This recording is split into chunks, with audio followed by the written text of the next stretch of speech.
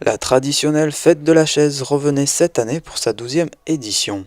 De nombreux professionnels de l'ameublement, de la décoration intérieure et de l'artisanat étaient donc présents à Agetmo, avec la présence de nouveaux exposants comme l'association Happy Up.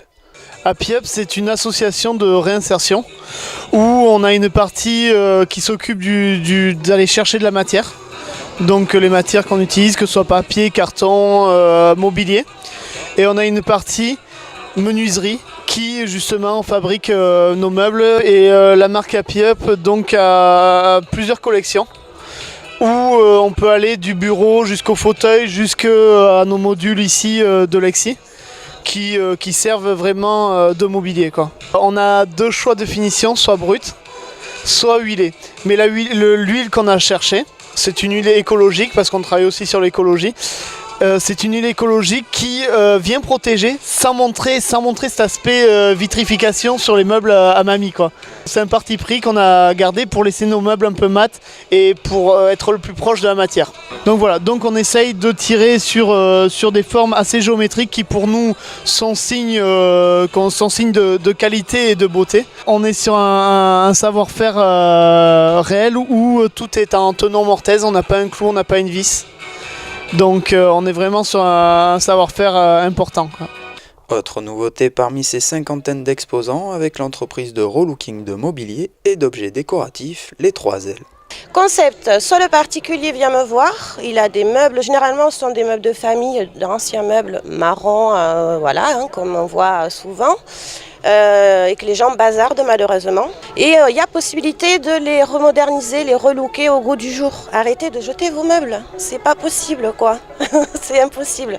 Et donc je vais chez eux et on fait le point sur les goûts, la déco et ce qu'ils aimeraient avoir comme teinte. Je récupère le meuble, je le mets à nu, je ponce.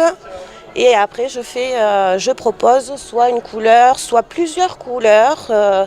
Éventuellement des dessins, pourquoi pas, on peut rajouter. Alors après j'adore moderniser, le but est de moderniser.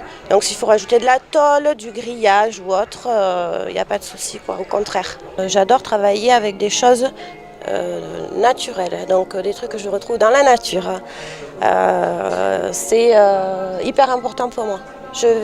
Tout ce que vous voyez là, il n'y a rien qui a été acheté et rajouter, quoi. Enfin, je veux dire, j'ai à part le fil de fer, la base, mais que j'ai travaillé, sinon je fais tout, quoi.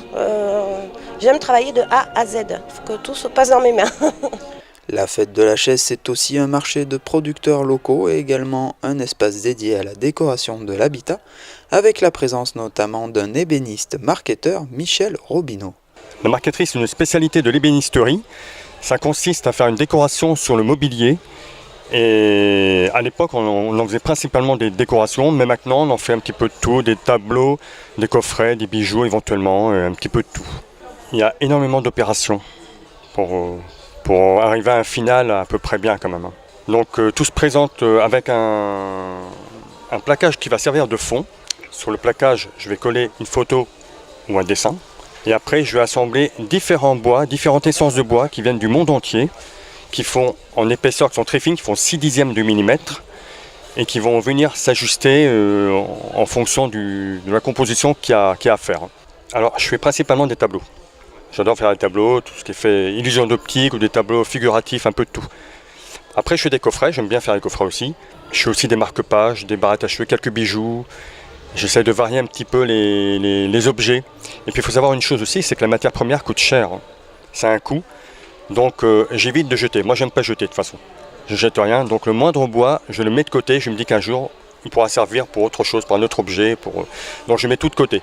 Et ça m'a amené donc à varier un petit peu mes objets.